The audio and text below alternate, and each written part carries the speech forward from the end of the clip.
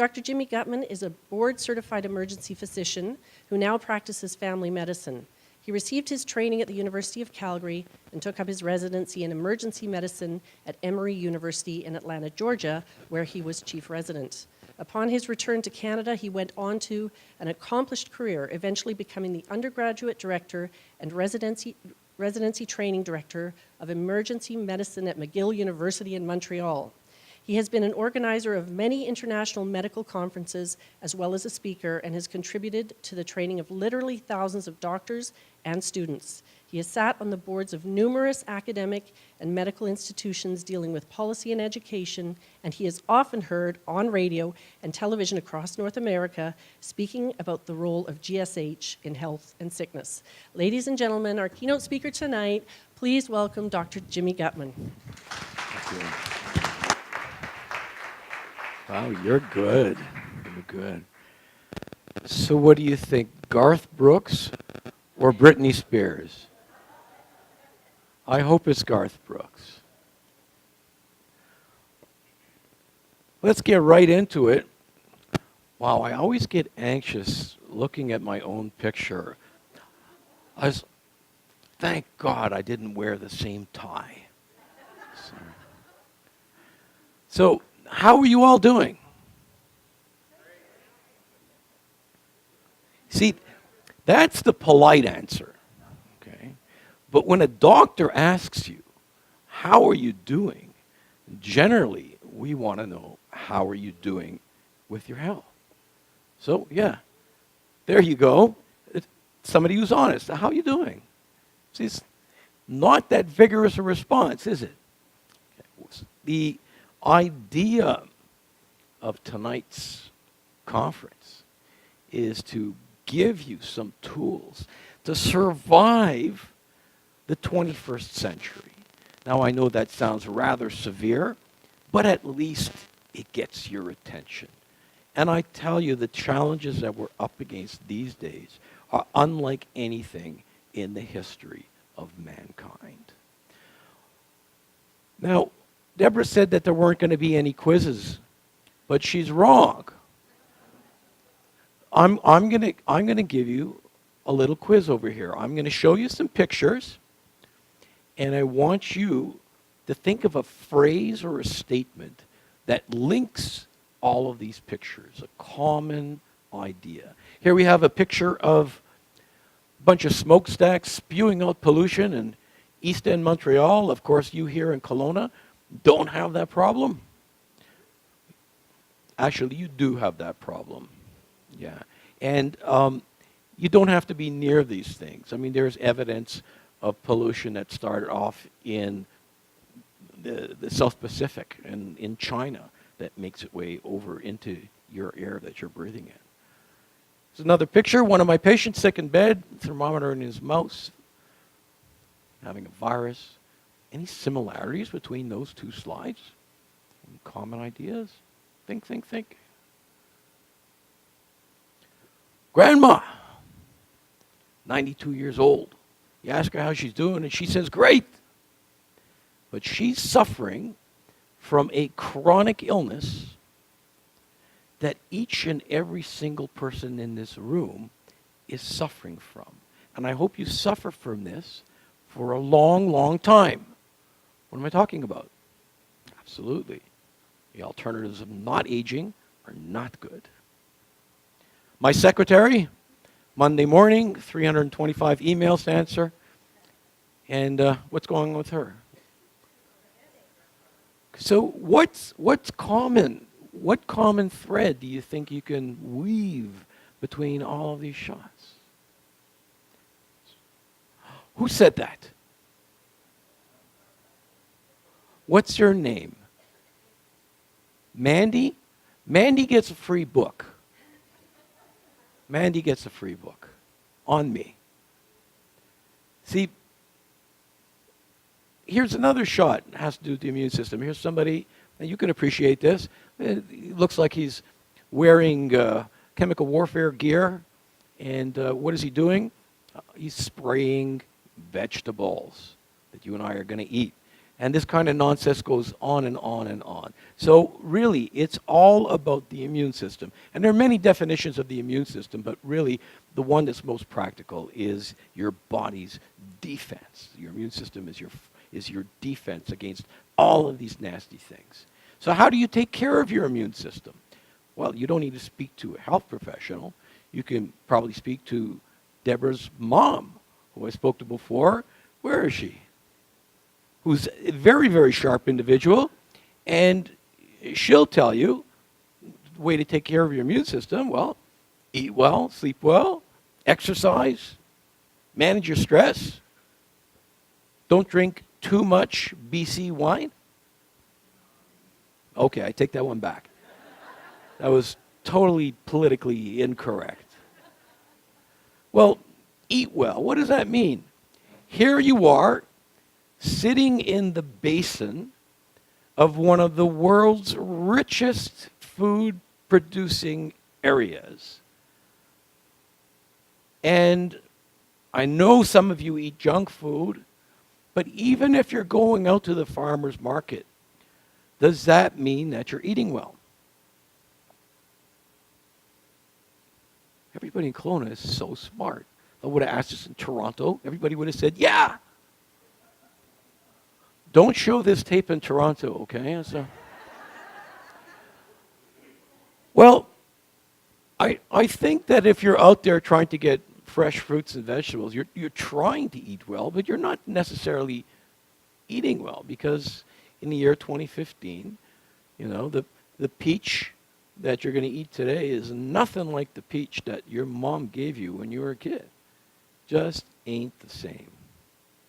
Are y'all sleeping well? Well, just statistically, half of you are not sleeping well. And this will have an effect on your immune system. Not just on your immune system, get this, and your research also suggests if you're not sleeping well, you're probably getting fat. And that has to do with weight loss and weight control. So, not sleeping well. Y'all exercising? This is a crazy city. This is a crazy city. Good, good, good. One of the healthiest cities in Canada. I believe it. I believe it. And having spoken to the health professionals last night, which included doctors, naturopaths, pharmacists, I absolutely believe it, because they are right on top of their game. They knew all about this stuff. So although you have a shortage of GPs here, the ones that you have and the other ancillary healthcare professionals are great, beyond great. Good for you. Stress management, again, okay, doesn't work. No one in Kelowna has stress.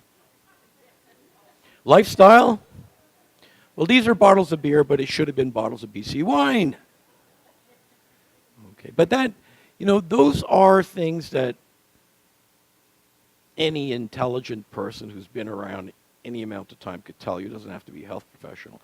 But there's going to be something else added to this list in the next few years. It's certainly on my list, and that's raise your glutathione levels. Glutathione. And that might be a bit of a mouthful, but it's something that you already have in your body. Every cell of your body manufactures glutathione. And if that's for me, tell them I'm busy. Glutathione has been called a lot of things, but it really is one of the most important things to protect you from getting sick. Now, who's not heard of this word before? Okay. Generally, most people have not heard of glutathione before, but I guarantee you that in the next 2 or 3 years, everybody will be using the word glutathione as commonly as we use words like antioxidant, because there's been well over 100,000 medical articles written on this topic. And this is an avalanche of information that is going to come crashing onto your websites and health magazines and newspapers. This is I like to say cutting edge, but really it's been around in the medical community for a while. It just hasn't raised its head and raised the level of awareness. And we managed to fix that, some of that a little bit last night. So glutathione, what does glutathione do? When I speak to a medical audience, I can talk about 40 or 50 things that glutathione does in your cell. But for y'all, since I don't want to put you to sleep before 9 o'clock, we can talk about 3. And the way to remember those 3 is to remember the word AID. What does this stand for? A stands for antioxidant. I stands for the immune system. And D stands for detoxification. Let's look at these in turn. Now, I hope I'm not patronizing anybody here because I didn't know who's going to show up and what your backgrounds are. So I'm just going to review a few things. Antioxidants. If you want to know what an antioxidant is, you need to know what an oxidant is. You need to know what oxidation is. And here's some common examples. Some nails, I left in the backyard for a couple of weeks. What happened? They rusted. This is oxidation. Same day, I left a tub of butter out in the sun. What happened? My wife turned rancid, and so did the butter. This is oxidation. And what happens when you cut an apple in half and leave it on your counter for 20, 30 minutes? It turns brown. This is oxidation. So am I suggesting that the people in this room are becoming rancid and turning brown? Yeah. Yeah, I am. And if you look at the back of your hand, if you're a certain age, you're certainly you're going to see what we call liver spots, which actually have nothing to do with the liver, but have everything to do with the fact that your tissues are becoming oxidized. Okay? Now, do I care that this nice lady has brown spots in the back of her hand? I don't care that much is on the back of her hand, but I know that if it's on the back of her hand, the same process is taking place in her lungs, in her heart, in her brain. So we've got to do something about this. And this is the whole new field of medicine that we call free radical biology. It deals with oxidation and antioxidation. Simple as that. And we know that there's literally hundreds of disease processes that antioxidants can either prevent or even treat. Okay, so this is very, very important. And Kelowna, everybody knows about antioxidants. I know that. So when I use words like antioxidants, free radicals, oxyradicals, don't let these terms overwhelm you. They all deal with antioxidation and oxidation. Okay? So what causes free radicals? How do we get our levels of oxidation up? We do that by being alive. If you're living and you're breathing and you're eating, you're producing free radicals. And these free radicals, sometimes they're good, but when you have too much of them, then they cause damage in your body. They're highly toxic little molecules. And the sneakiest thing about them is that a free radical, it's kind of like a vampire. If a free radical touches another molecule, it turns it into another free radical, and the process continues and continues. So let's look at a bunch of healthy cells, and here are your nasty free radicals on the side.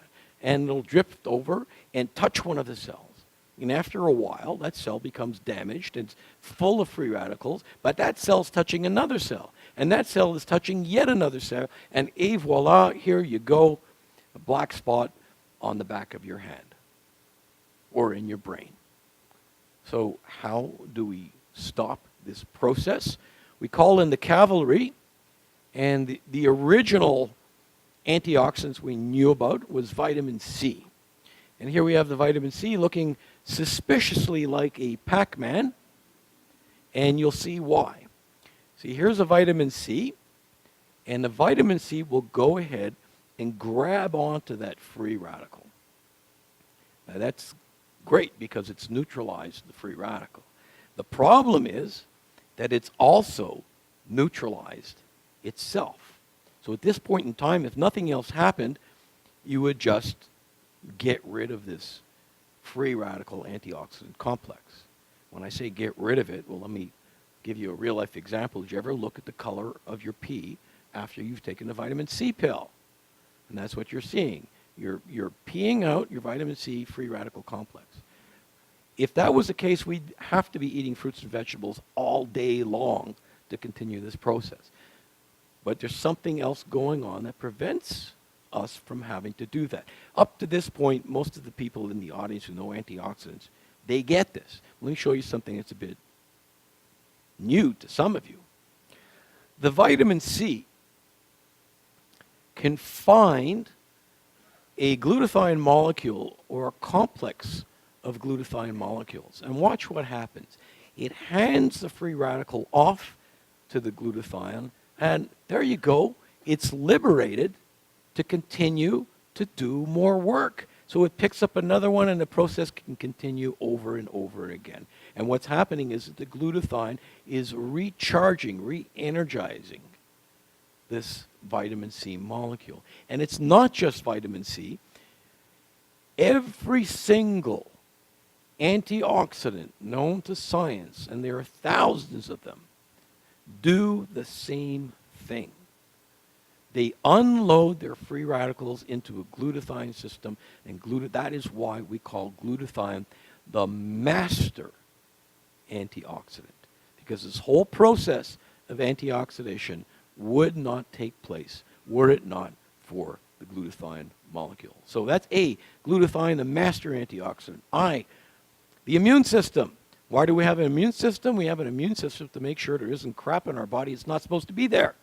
And when I say crap, I guess the medical term would be more accurately called a foreign antigen. And what kind of examples of foreign antigens do we have? Here we see a picture of bacteria. Now, do you all have bacteria in or on your body? You all nodding your head, yes. That was an easy quiz question. Here's the hard quiz question. Measured in weight,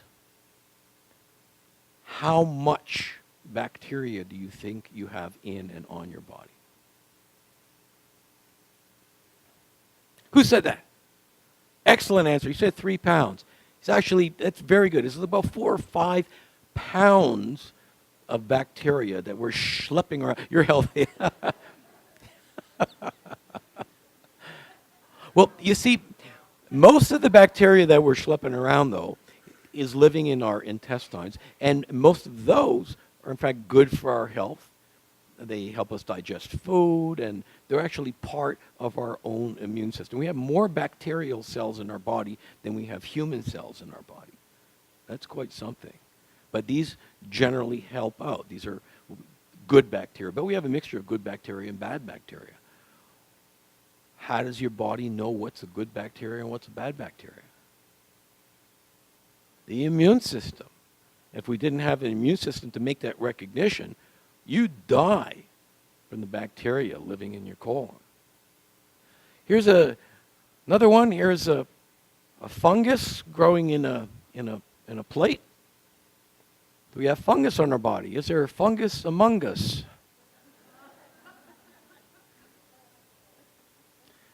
Yeah.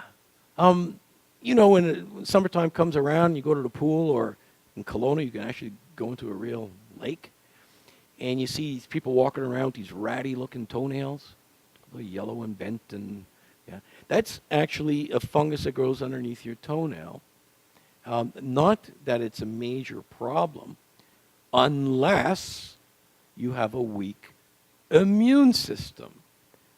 That same funny-looking toenail, if somebody with a weak immune system like an AIDS patient has that will kill an AIDS patient. And many AIDS patients die of overwhelming fungal sepsis. Viruses. How many new viruses have you read about in the last 5 years? The hot one now is Ebola, but there's always something else. I'm going to talk about viruses. Parasites. Do we live with parasites? And I'm not talking about your brother-in-law. When you go home tonight and you put your head on your pillow and lie down on your Sealy Posturepedic, you're crushing thousands of these. Yeah. Why is it that you're not all you're probably scratching now, but why is it that we're not covered in these? Why? Our immune system. And, I worked in emergency medicine for many, many years. People with weak immune systems, a chronic alcoholic comes in and they're festering with this stuff. Okay, so it's all about the immune system. And any of these, the next killer plague, man, oh man, it's less than a day away. Less than a day away. From Vancouver, anyways. Got to take another flight to Kelowna. So how does the immune system work to defend you from these critters? Okay. So I'm going to give you Immunology 101 in 90 seconds. So for the doctors who are in the room, please forgive me. We're going to oversimplify things. Okay, so our case subject today, y'all know him. How do people in Kelowna vote anyways? Conservative or liberal? Conservative. Okay, so I'm in trouble. That slide works really well in Quebec. And so here's the Prime Minister. He's probably out there now and working the crowd and kissing babies and shaking people's hands. And one of the hands that he's going to shake, somebody's going to have a cold. And they're going to have this nice glob of viral secretions on their finger. And pass it on to Mr. Harper, who then is going to be asked a tough question, and he's going to rub his eye or rub his nose, and giving that viral particle a chance to get into his body. And here we see very quickly, this little green guy here, there's a virus, surrounded by our frontline soldiers of the immune system are white blood cells. These white blood cells, these soldiers of the immune system, are always on alert to find something that's not supposed to be in your body, foreign antigen. So, foreign antigen, are we talking about one viral particle? In 20 or 30 minutes, Mr. Harper will have hundreds of thousands, if not millions, of viral particles in his body. But he's only got a fixed amount of white blood cells. There's only a set number of these soldiers. So what does he do? The white blood cells themselves will start to divide. They'll clone themselves. And they can divide upwards of 500 times in a healthy individual with good levels of glutathione. That's not 500 white blood cells, it's 500 divisions. So if you get a calculator, or guess your iPhone, you don't have enough room on the screen to see all those numbers. And here's the key. Without glutathione, that whole process grinds down to a halt. And people that don't have glutathione levels, by definition, are going to get sick from infectious disease. The classic case we have, of course, is HIV and AIDS. These patients are, by definition, glutathione deficient. They have immunodeficiency, but the same thing applies to hepatitis, to common cold, and on and on and on. So think of glutathione literally as food or fuel for your immune system. The higher your glutathione levels are, the more responsive your immune system is going to be. D, detoxification. Spoke a little bit about this last night. In emergency medicine, who's worked in an emergency room before? Okay, who's been in an emergency room before? Here we go. Tends to be more common. One of the nastier things we need to deal with are people who are coming in with an intentional overdose. They don't want to be there. It's always a sad scene and usually a very messy scene, and you'll see why. What do you think the most common drug is to overdose on? It's actually alcohol. 50% of the cases of an overdose will have alcohol on board. But the next most common drug is acetaminophen. You all know what acetaminophen is? Tylenol, Adderall. It's a very, very ugly way to die. that if any of you took a big old bottle of extra strength Tylenol, it would probably kill you. But you didn't know that.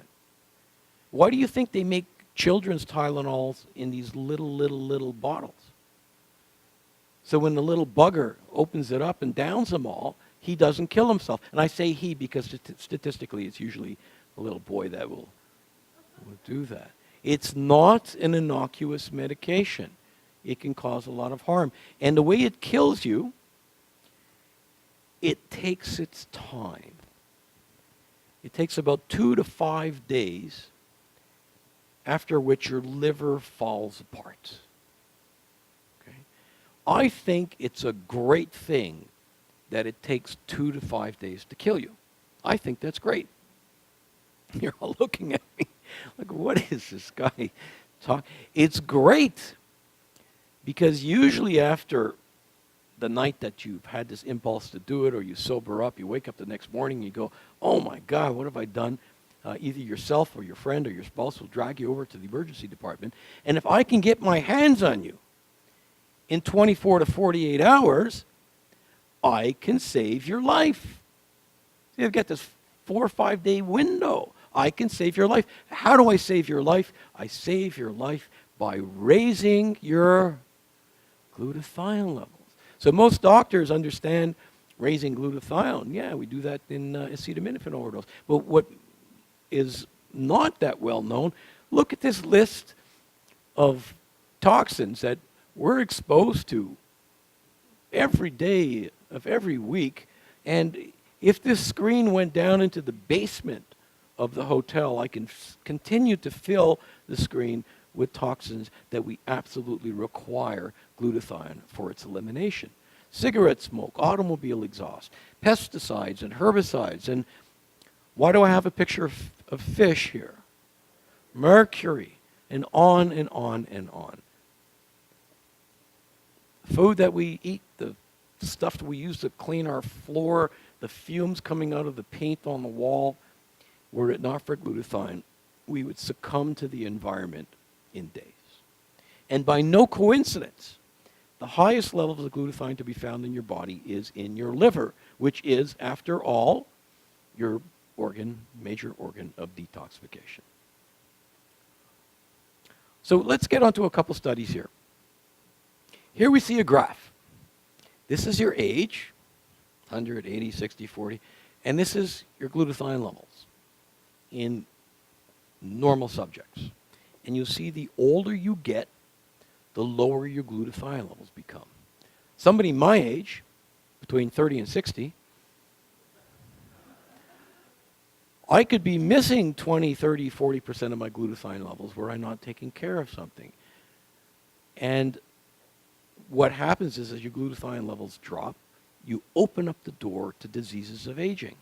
Can you think of some diseases of aging? Alzheimer's, diabetes, Parkinson's, heart disease, cancer, certain cancers like prostate cancer, absolutely, that's a disease of aging. Alzheimer's.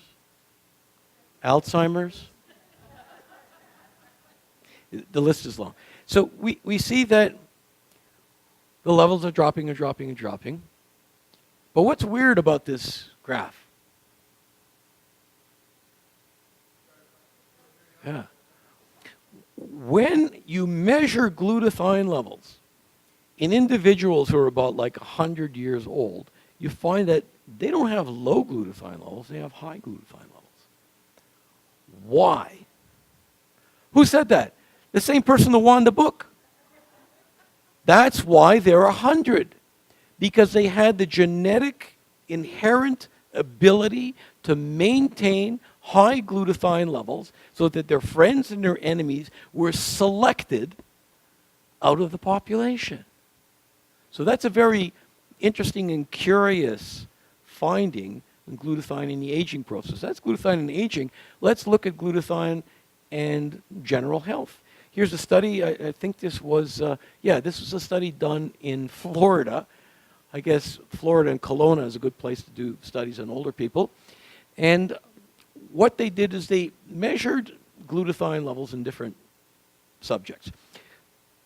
young, healthy people, high glutathione levels. Healthy older people, meaning they didn't really need to go to the doctor. They went when they had a problem. Older people that would go see the doctor on a regular basis to get the prescriptions refilled, their blood pressure measured, and finally, people in the hospital. And a perfect correlation. The sicker you were, the lower your glutathione levels were. And this wasn't just, I mean, this study was in physical illness, but there are other studies looking at mental capacity, studies looking at who's out there, which person is out there playing cards, going to a restaurant, and who's sitting at home complaining about a sore back. So glutathione, correlation with age, glutathione, correlation with general health. Well, what about healthy people? Here's a study that we did at McGill University where we took young athletes, and at the beginning of the summer, we put half of them on Immunocal, which is a glutathione precursor, and half of them on a placebo. And we had them work out over the summer. At the end of the summer, we brought them back and measured them for muscle strength.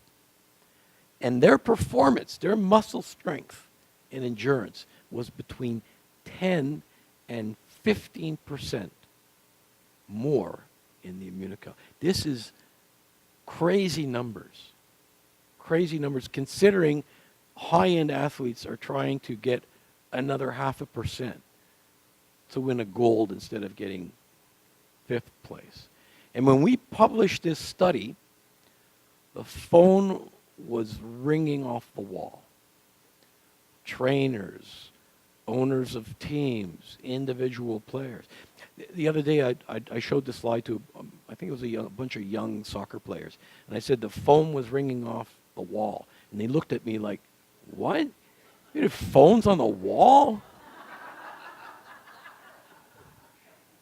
So it's not just sick people. It's not just old people.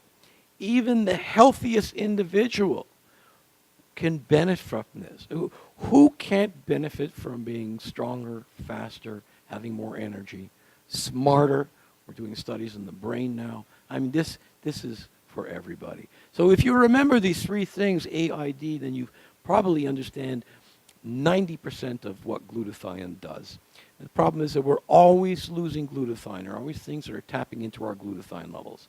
And that could be the drugs that you're taking, a poor diet, injury, stress, infection, pollution, aging, on and on and on. And all of these tap into your glutathione levels fall, and you end up with an older cell, a sicker cell, and worst case scenario, a dead cell. So we have to do everything we can to maintain our glutathione levels. Here is perhaps the most important slide for you tonight. If you're going to remember one slide, this is the slide to remember. You can't eat glutathione and expect it to raise the glutathione levels in your body. If you eat glutathione, it becomes rapidly broken down in your digestive system and ends up in Lake Okanagan. You can't eat glutathione. So how do you get your glutathione levels up? You give your body the building blocks. You give your cells what we call precursors for your cells to be able to manufacture its own glutathione. If you walk away with anything, that's the message.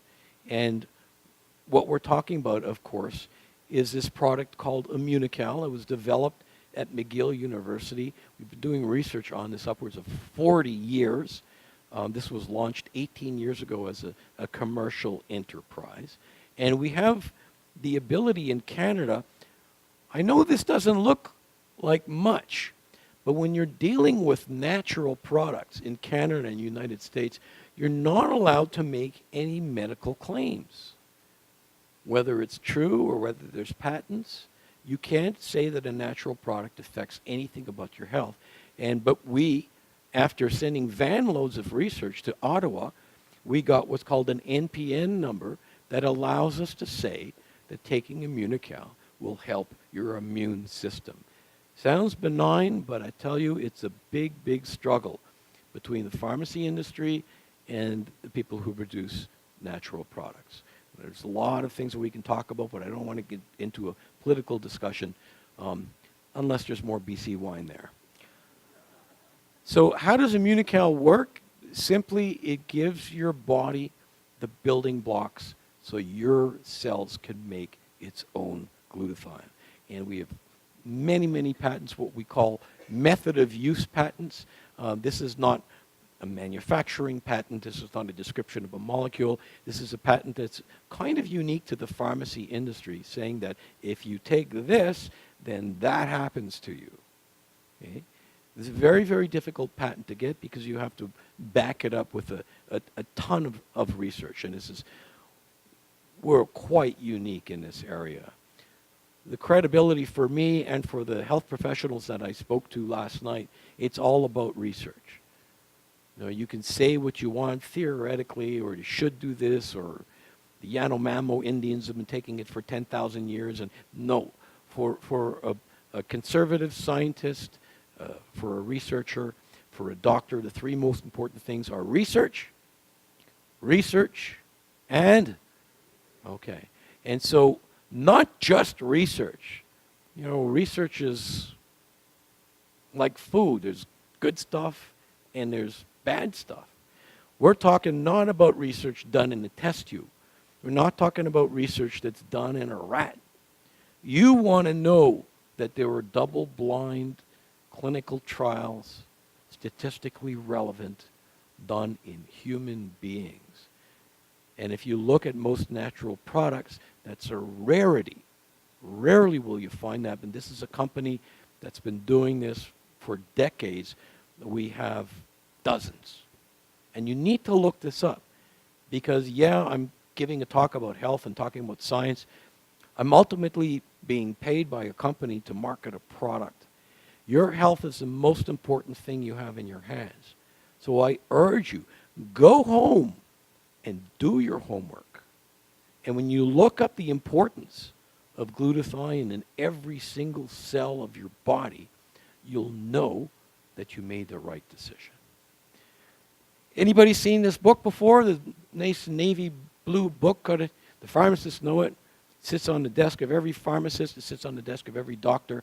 What it has is all the prescriptions that I can write your prescription for, all the pharmaceuticals. But there's a non-pharmaceutical, non-prescription thing in there under I called Immunocal. So if you want, and I'm a doctor, I urge you always tell your health professional not only what drugs you're taking, but they need to know what supplements you're taking. And if you speak to a pharmacist, they really want to know what supplements you're taking because there could be drug supplement interactions and all this other stuff. So we're in there. And if you want to take it, have your doctor look at it, flip open to the eye, indications, contraindications, clinical pharmacology, and all the rest of that dry stuff that doctors love to look at. So after all that, how you all doing?